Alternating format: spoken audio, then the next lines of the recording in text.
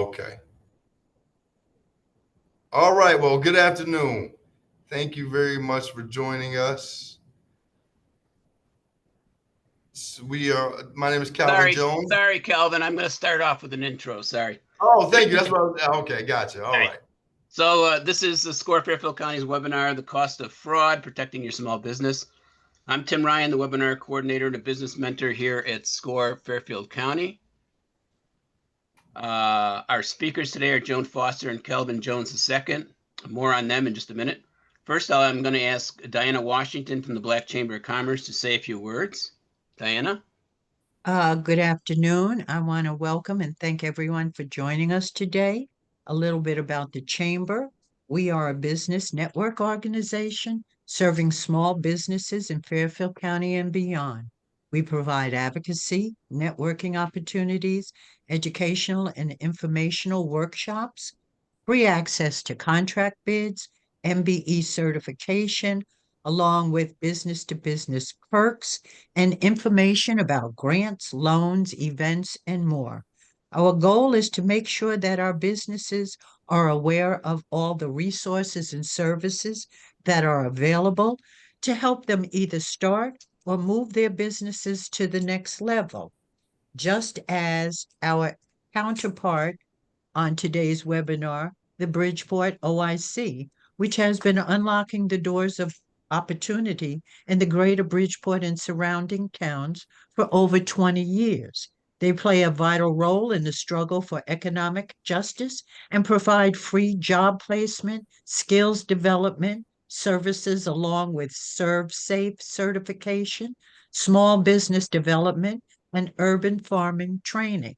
Led by Deborah Cavanis, President and CEO, OIC prepares and empowers adults for today's workforce, the changing economy, and environmental challenges. Thank you, Tim. Thanks, Diana. Now some brief info on SCORE. There's about 230 offices, 10,000 volunteers nationally. SCORE is an SBA resource partner. SCORE Fairfield County has about 100 volunteers with a wide range of industry, process, and subject matter expertise. We offer 3 primary evaluated services to small business owners. First, free one-on-one counseling. Second, educational in-person workshops and live webinars like this one, about 100 per year. And third, we have extensive resources on our website, including templates to help you build your business plan. Some useful info about today's event. If you have a question, please use the chat window at any time during the presentation. It's located in the lower part of your screen. Our workshop will end at 1 p.m. to respect your time. The session is being recorded, and the link to the recording will be available on our website within the next couple of days. Now our speakers. Joan Foster joined M&T Bank in September 2022 as VP Branch Manager. She began her banking career in 2002 with People's United Bank. Joan has dedicated her 23 years to community service and financial education with a strong focus on her hometown of Bridgeport. Kelvin Jones II was born and raised in the Beardsley Terrace in Bridgeport, Connecticut. He attended North Carolina A&T State University, where he graduated with a BS in marketing. Kelvin began employment as a retail management trainee in May 2007 for the hometown financial institution People's United Bank, which recently became M&T Bank. Between People's United and M&T, Kelvin has served as VP and branch manager for 17 years. He carries the following license: Series 663 Securities and State of Connecticut Life and Health Insurance. Kelvin owns a small business, Dual Concepts Cleaning Service. He is frequently called upon to do financial education, college prep, and life skills presentations, and is a motivational speaker all across Connecticut. Now I'll turn it over to Joan and Kelvin. It's all yours. Oh, we lost your picture, Kelvin. Did you stop sharing for some reason? And you put yourself on mute as well. Yes, I'm over here trying to navigate using this. Hello, everyone. Yes, I did stop sharing. I'm going to share again. Here we go. Um, and I want to make sure you guys see the presentation one more time. We need to make sure that we had technical difficulties getting this thing at the right spot. I thank you for that nice introduction. As you stated, we've our combined experience here at the bank is very robust. I always like to just let people know that the relationship here is that Joan did banking for my dad, and our relationship started before I even knew that I was going to be a banker. So I always was always was enjoyed meeting with Joan and working with Joan. And then when I became a banker, she was a person I looked up to learn how to do banking correctly. And so now we are working together to bring you things that we feel are important. And today's discussion is about fraud and fraud to protect your small business. Joan, let them know what we're going to be talking about today. So thank you. And again, Well, Calvin, you know your screen still isn't sharing though, right? Oh no, I didn't know it's not sharing. Hold on. We're not seeing your slides. Okay, you're not seeing my slides. All right, hold on. Let's do this again because I definitely just shared it. Hit escape and go back to share. I have to go to 4 screens to do this. All right, here we share.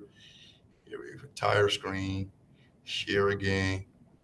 Okay, so I see that you see my screen. Okay. And now go back to the PowerPoint slide. And now you should be seeing it. Yes, if you that's fine. If you can't do slideshow view, sometimes the speakers lose a lot of view of the. If you this is fine. That's good. Good. Yep, there we go. Okay, there we go. So again, thank you guys. My name is Joan Foster. I've already had the intro. For the sake of time, I wanted to tell you, we know how important it is that you run your small businesses, but we also know from what we've been doing for the last 20 years that the cost of fraud, just like the title says, it's not if, it's when. So what we wanted to do today to give you some pointers, some things to look out for in terms of fraud. So we wanted to show you how you can defend yourself, your customers against fraud because you really work hard for your business and to grow your business. So I'm going to ask, go to the next slide. Yeah. One more. There we go. Okay, so we're going to start with that. This is what this whole 1-hour seminar is about, is defending your customer and your business. So what we're seeing right now at an all-time high is that every day small businesses are being attacked. Criminals, sophisticated method. We have people coming into the bank and trying to impersonate business owners. We see emails that are being hacked where thousands and thousands of dollars are being lost. Malware is being attacked. So what we do at M&T, we take our expertise between Calvin and myself alone, we have over close to 40 years between the two of us to protect your assets, especially as small business owners. So we go door to door, we reach out to you. So we thought this seminar would be an excellent opportunity to share some of the resources that can teach you, but more importantly, your team, your staff, your coworkers, how to recognize signs of fraud, and what are some of the best practices, how to process your transactions, how to avoid suspicious hyperlink, how to pay your invoices securely. And that's what we want to discuss. And to add to that, I also hope through this seminar you understand how to see some of these cues from not only your business standpoint, but understanding your bank and why they may ask you questions that you sometimes call troubling or disturbing, or how did often I get customers who get upset when they call into the call centers, not just our bank, their bank, and they get asked questions, but these questions are to help prevent fraud. And a lot of times people don't realize the complexity of how the fraudsters are out there. Just like you're running your business every day, I want you to understand there are fraudsters who their business is to rob, steal, and try to get into your business and your information every day. They are literally focused on it, like you're focused on making the next sale of the cake or whatever it is that you do in your business. They are focused on today we're gonna get someone's money. And so our job at the bank is to help you be aware of that, but also make you understand that some of the cues and the questions you get asked are for your protection. I give you an example. Like AI is a great thing. Everybody's talking about using AI and Chat GBT. But do you know that on the flip side, that same AI can create your voice, have that AI call into the bank, act like it's you, and change something on your account for future fraud? Yes, those are the type of things that are happening, and those are the type of things you want to make sure you understand and that you're aware of. Sure. Small business cybersecurity, protecting your data against online threat. Network security for all small businesses. Certain cyber criminals target small businesses because they know there is likely to be less security than at large companies, right? They assume you don't have the resources to hire a sophisticated fraud monitoring system. They assume the people you hire aren't people who got extensive training and understanding signatures and voices and different faces and how to read IDs and how to look for different cues. They make these assumptions, and so to avoid being a victim, you need a defense strategy and the tools to carry it out. The tools are the most important part. M&T Bank can help with that. Your bank must take a multifaceted approach to small business network security that includes network and location parameter protection, real-time continuous monitoring, and detection of security instances, vulnerability and penetration testing, and intrusion detection systems. Now, this sounds very crazy and very high sophistication, but believe it or not, this is where the banks are where you start with these type of safe protections so that you are protected. We're a partnership. Your bank is here to help you with these things. And the more that you sit with us, talk with us, tell us what your needs are, what you might be afraid of, the better it is for us to help you. Now we want to look at some ways that you can protect your business. And so the first and foremost that we tell all of our clients, have a plan. It's not if cyber criminals will target your small business, but it's when. It's not if you're going to have fraud, it's when you're going to have fraud. So any bank, M&T, any bank, we put plans in place to help you identify information that's sensitive. What you should store, how you should store it. Is it proprietary? Is it personal? What goes out? And that's critical. What measures you should take in place to follow. It's not difficult, but it is critical. If you haven't started that, if you're a startup, that's the first line of defense. Open up your account, sit down with us or sit down with your other bank, have them look and say, I'm a small business. How can I protect myself? What ways from cybersecurity? The second area is educate. Everything is around. It's not just, we know that you're out, you're the CEO of the business, you're running out. So it's critical that your employees, they need to know how to recognize and avoid cybercrime. Phishing and social engineering, which we're going to talk about later in this presentation, that's huge. We're going to give you a few examples of what we've experienced and how we've seen customers almost lose millions and millions of dollars for phishing and social engineering. Be suspicious of any unexpected, unsolicited emails, text, or phone. And this is key. You often carry auto insurance for your vehicle. How many of you have considered, business owners, consider cyber insurance? If you're doing business online, that should be a must because you're just one data away from being breached. We've seen that recently. So that really is one of our key takeaways with cyber. Think about having the cyber insurance and your bankers, your managers, the bank managers.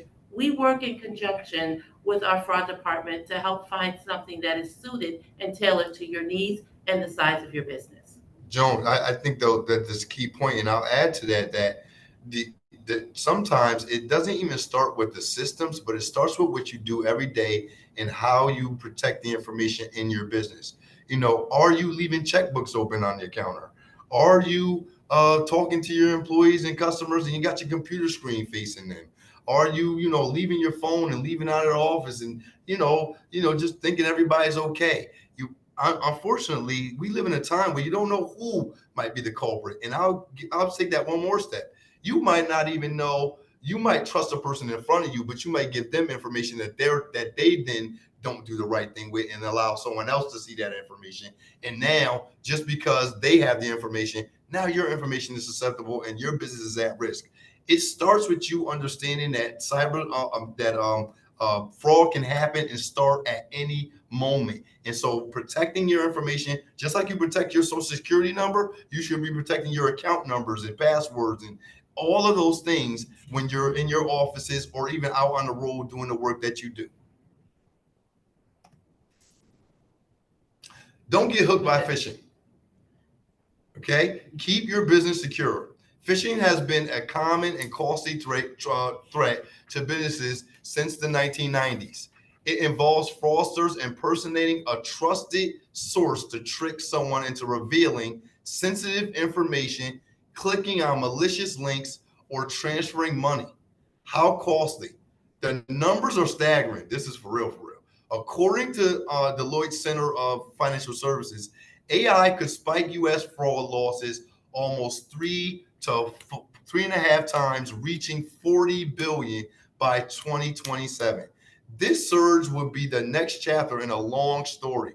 Fraudsters have constantly evolved their tactics, targeting businesses of all sizes. Remember, falling victim to phishing isn't just about financial loss. It can also harm your business reputation, especially if your customers or partners are affected. Very good, Calvin.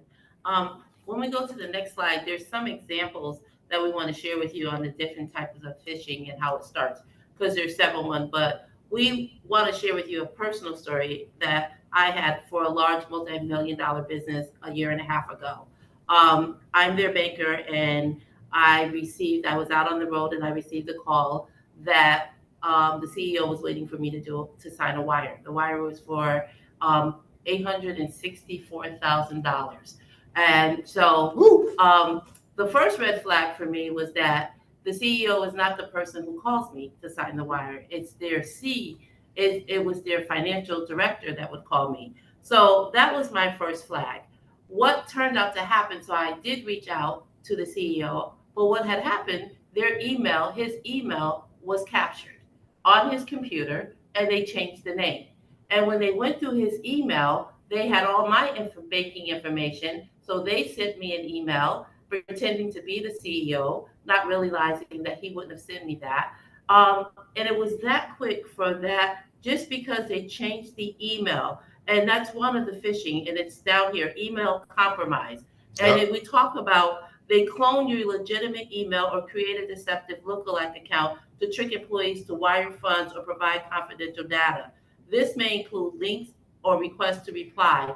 And so we found out his personal computer was hacked. It wasn't even his work computer because he didn't have the proper spyware or the appropriate spyware, and he didn't think it could ever happen to him. But we managed to save that, and there's many other stories like that. You know, they love to clone your accountant and your lawyer because they know you go back and forth with sensitive information. And they get the account number and then they rework it to a different account number that they want to pull the money to. So it's just so important to just be vigilant and be aware. And there's other examples that I think that you want to share. Well, no, that's a great example, Joan. And what I'll add to that is, so in both of those stories, think about it. The compromise didn't start with the wire. That was just a product of them compromising the personal computer first. Going back to what I was speaking about, a lot of times let's just understand this. The real fraudsters, what they'll do, they'll wait months before they actually attempt something. Honestly, they might even wait a year. What they do is they get access to your email and so when you're doing, example, you're doing like a password reset for your online banking on your phone. You don't know your phone is being phished. And so now you're sending an email for that password reset. They learn and take that data, hold it for next time, and they use the things that they figured out from that to get into the next level. What happens, they now have compiled all this information on every different account you have, and then they go to work and try to figure out, all right, is this the password to this one? Is this it? And now they're trying to break into your systems so they can do what they did to this customer that Joan just talked about. I mean, this is extensive, ladies and gentlemen. It's very complicated. I'll say it again, just like you go to work every day, these fraudsters are paying attention. So with advancements in technology comes advancements in people trying to figure out how to break that technology. And that's what we have to be mindful of. And no, this is not a, oh no, don't do technology, don't be fearful. This is not that type of conversation. It is a be mindful, educate yourself, do a little research, and then go to the places like your bank and your financial institutions that have these services. Sit down and have a conversation and see what might be best for you to avoid these phishing scams and things of that nature. I mean, the fraud stories are extensive. We'll share some more in the field. Another one that, and I just want to reiterate, when you look at our slide, if you go down to the deep fake, that was what Calvin was alluding to. These are fraud attacks that are now on the forefront. That's one of the most common cybercrime.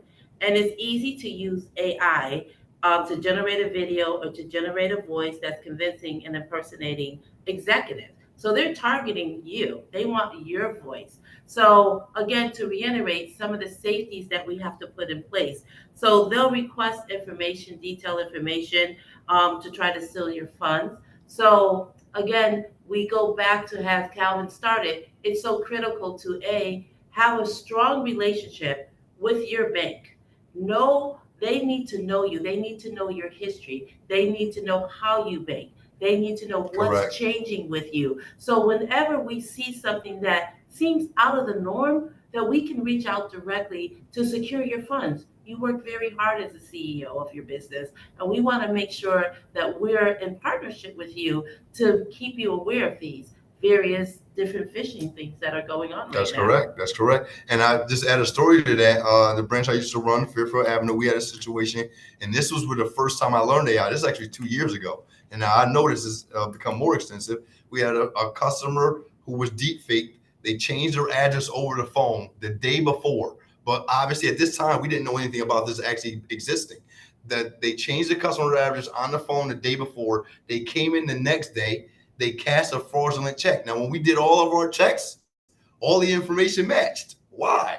Because they changed it over the phone using the AI deepfake, acting like the customer because they had enough information to change the address, the telephone number, and all their security questions. And so when we went through our process, it all matched up, but it ended up being fraud. And that is why now you'll see where you can't just call in without being asked 20 questions. Going back to how I started, this is why the banks ask all these questions. It's to protect you because they don't want to be the cause of you losing any money either. That's why we're having this conversation today. So honestly, just understand that these are the processes that we must go through. So now we want to take a moment or a few minutes, and we kind of told you all the things some of the things going on, but we want to tell you how you can begin to safeguard your business. So while IT security tools, technology alone, that's not going to be enough to stop fraud. It's going to take a partnership. These forms of fraud are as much about behavior. So like Calvin said, they're out all the time. This is their job. The fraudsters, their job full time is to go out. So we're all going to need to have a comprehensive approach to protecting your business. So that doesn't mean just you. It's your family, it's your employees, it's your banker, it's your accountant, and it's your lawyer. It takes everybody. And it takes a constant partnership, you have to keep it on the forefront. And so even with us as bankers, we have to go through multi-levels just to sign onto our computers because we store all your information. Correct. So that's just to tell you the level that the banks are going to ensure that all your information is protected. Again, recognizing and reporting suspicious activity, don't ignore it. When it happens, don't say, "Oh, it's a one-off." Right. Something's not right. That's right. Call us. It's never. You want to make sure that's the relationship part. You want us to be in front of it because if they would have gotten that $864,000 from the business account, the unfortunate part of that story that I told you, that was a CEO who had about $10 million in investment, and they would have had access to that as well. So it's important to be vigilant. And your employees should be trained in to identify. There should be techniques in place that you are testing and your employees. We get it all the time. Yes, we right, do. Calvin? Well, the bank does fish us. Yeah, So they they fish us on purpose to make sure that we are complying to the training and the teaching that we get literally and this is funny, we're laughing because we're thinking about how often this happens. They'll send us an email with erroneous stuff in it on purpose. It'll have a bad email address. It'll have a fake person's name. It'll have a top header that does not match the bottom header, right? These are all little cues you should be looking for to say, there's something wrong with this email. And if we click on it, we actually, we don't get in trouble like they're gonna fire us, but it is something that we end up getting coached on, because again, we're protecting your information. So we're telling you this why? Because we want you to make sure you are starting to have these things in place for you. I'm gonna tell you and be honest with you, whatever level of fraud's at today, in 2 or 3 years, it's gonna be worse. That's a guarantee, right? Because that's just the nature of the business. And your nature of your business is keeping your money, growing your business, and taking care of your customers. That also means taking care of their information. So unless you want to be one of these companies that we hear about daily about the data breach, and you need to start thinking about, well, where do I start? And one of the best ways that you can start is just keep all your sensitive information, your login credentials, your channels, your urgent emails. Keep everything confidential. Again, to reiterate, it's so easy. We're so busy. It's so quick to leave our computer open or to walk away. It only takes a few minutes for us to walk away. Regular training keeps your employees informed about the latest scams and responses. We know that at M&T, when we visit customers on a daily basis, on a weekly basis, we love to share with the business owner and our COIs, we like to say, the gatekeepers. Yeah. We want to share with them. We're saying this is what's happening right now. We want to make you aware that these are some of the scams that are going on, and we want them to remind them about official company communication and common scam. I love this part for myself. Yes. Don't trust. Verify. So right. That's what we do every day. We know that it's very frustrating. People say we know who you are. Recently we had a customer. Now that we're over the footprint in M&T, I had a customer from Maryland who has a business in Bridgeport. Yeah, it was Bridgeport, right? So the customer wanted to take $9,000 out, went to a Bridgeport branch. Because of the new ID policies, his ID didn't match the ID on file, and we wouldn't give him the money. We understood he was not very happy with us initially, but then he said, I thank you because you're really protecting my interests.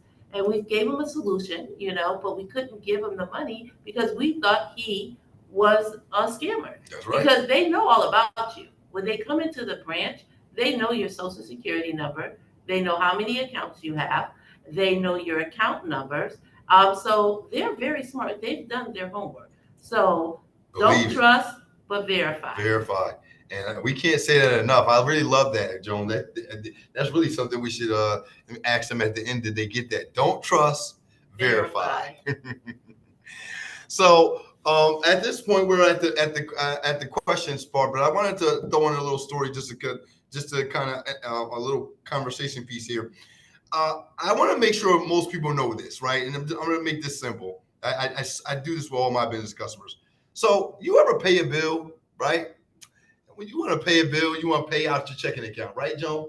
You pay out your checking account, right? And so your checking account is an account number and a routing number, right? How many of you know that most systems don't check the validity of who is related to the checking account? Meaning your checking account number, when you pay a bill, they're not verifying that account goes to your name. They just want the number and the routing number to pay it.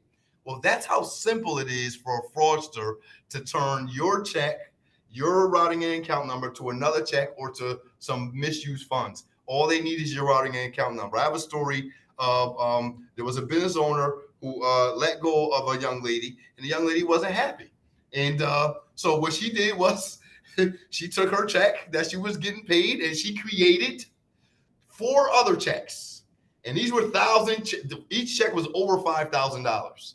And she gave 2 to her friends. She kept 1. She left that day out of work, and then she went and cashed the checks the next week. It took the business customer a couple of weeks to find out that these checks were fraudulent. Here she is out of over $15,000. Okay, this is just from account number and routing number. That's all the young lady had. That's all she actually needed to create the fraud. That's how simple and how fast you could be at a loss. And guess what? What did the business customer do? She just paid her from a check with the account and routing number. But that's the nature of what we're at right now.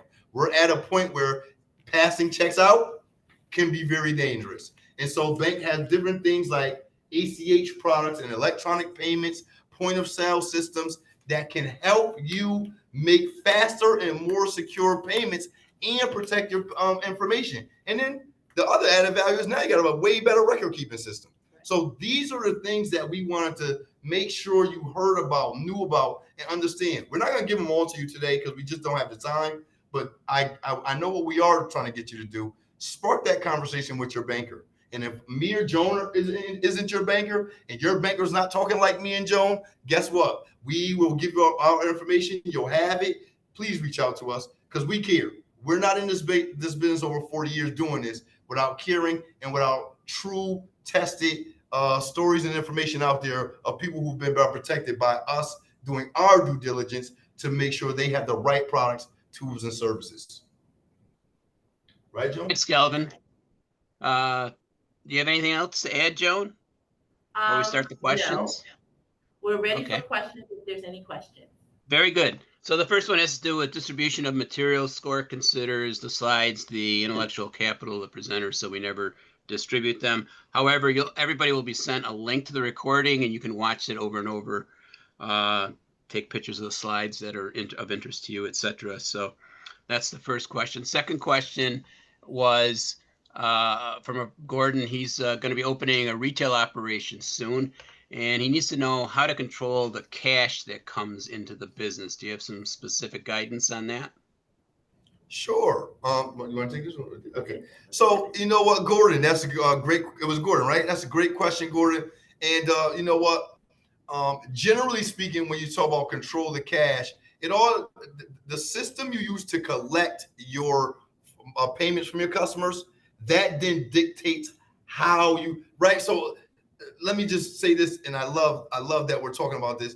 We are a general nation. We do a lot of things in general. Unfortunately, everyone's situation is specific. It's different. It's tailored different. How you're going to take the money, I don't have enough information to know how you're going to take in the money to say what's the best option for protecting it. But that's the conversation you have at the bank, right? So the first step is to share that information with the banker and make sure you're having a conversation with the right person to hear those and then provide you with solutions to protect that cash flow. Because obviously, if you're taking in cash, that's a different protection process than if you're taking in credit cards and ACH payments. Way different than if you're taking in paper checks. So each system has its own thing that you should do to protect it. That's the answer I can give without having more details. What do you think, Joan? I agree. And you also want to consider the volume and the frequency that you're going to be Yes, collecting. correct. So that also plays a part in how we would give you the recommendation. Thank you. Next question. By the way, people, you can type your questions into the chat window, if you will. We still have time for a few more. Next one is, what makes electronic payments safer? Can't these be hacked as well? Well, that's a great question. Yes, they can be hacked as well, but they also can be recalled. They also can be recovered faster. They also provide a lot of digital data to where they went, how they got there. So to answer that question properly, you want to understand the real benefit of making digital payments is obviously the record keeping, the timing, and the what do I want to say? It doesn't take a lot. It's not a lot required to do it. Yes, it does open you up to now this whole cybersecurity space and window, but there's more information in there, so you're protected a different way than if you lose cash. Let's just all talk about it. If someone robs you for cash today, and you have no information other than you got robbed, that where do we start from? However, when you're digitally robbed from, we now have computers and Wi-Fi programs. Let me give you an example. As a matter of fact, we had a customer where we had to. This is a very large customer. We ended up pausing all their online banking because we thought someone was trying to get into our online banking. But the truth is, it was not someone, it was them. And you know what caused us to block the account?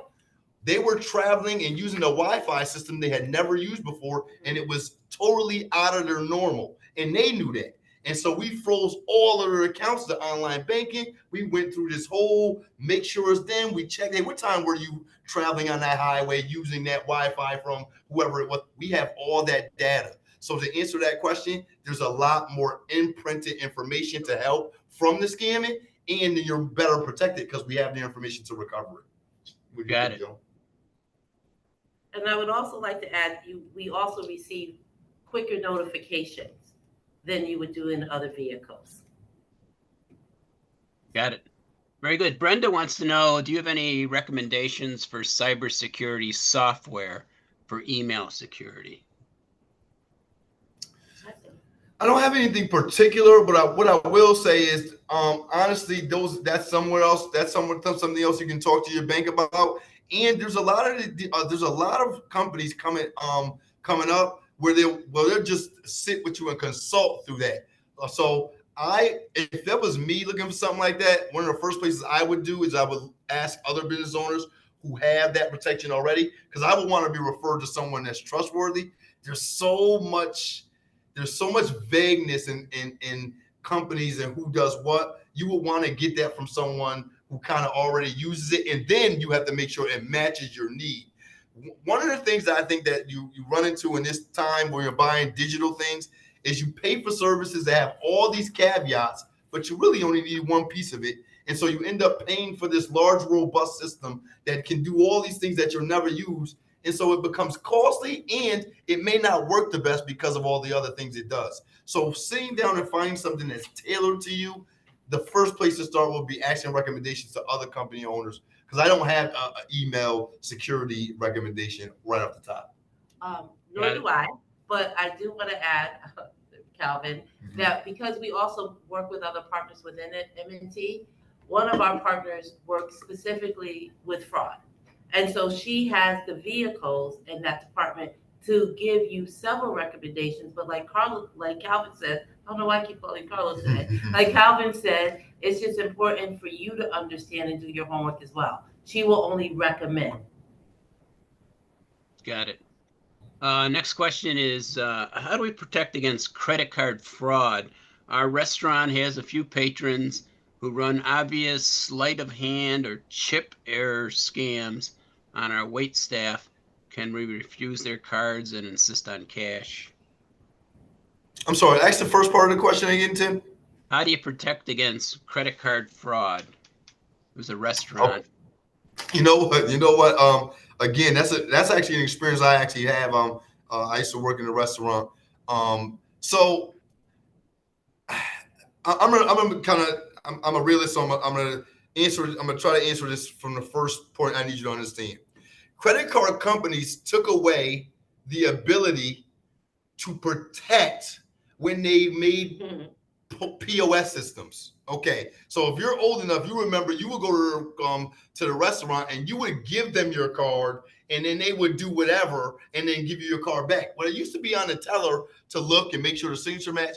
Now we have POS systems. That's the reason they did that, so that the onus isn't on the owner or the restaurant. Now the POS system is supposed to have some type of security on it, or the person using the card. So it's kind of hard to protect against it if you're not taking an ID with the credit card, which in these days, how often do you hear that?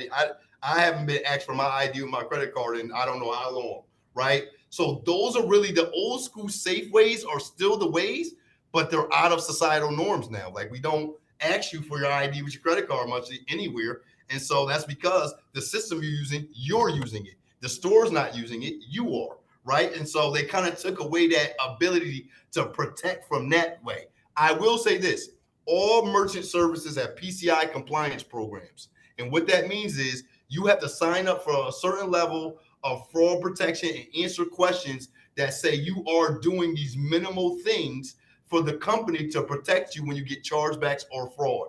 That is number one thing to make sure you have done, is your PCI compliance. If you are taking any credit cards or debit cards through merchant services of any sort. You need your PCI compliance updated and up to date so that when you are, or if you are scammed, you do have protections from your company that provides them to you. I hope that helped. Yep. Yep. Kim wanted to know if you thought that Zelle was a safe method for payments for business. Oh gosh. Go ahead. You go ahead, Joe. You say it. Yes and no. So yes and no. Yes and no. That is the real answer. Yeah. Just like it's the reality. I use Zelle. I use it cautiously. I don't use the bank. We're gonna roll it out. We've been rolling it out slowly. It's not until the first of the year. So if you have a business with us, currently you will not be able to use Zelle. Right. There's other methods that you will have to use.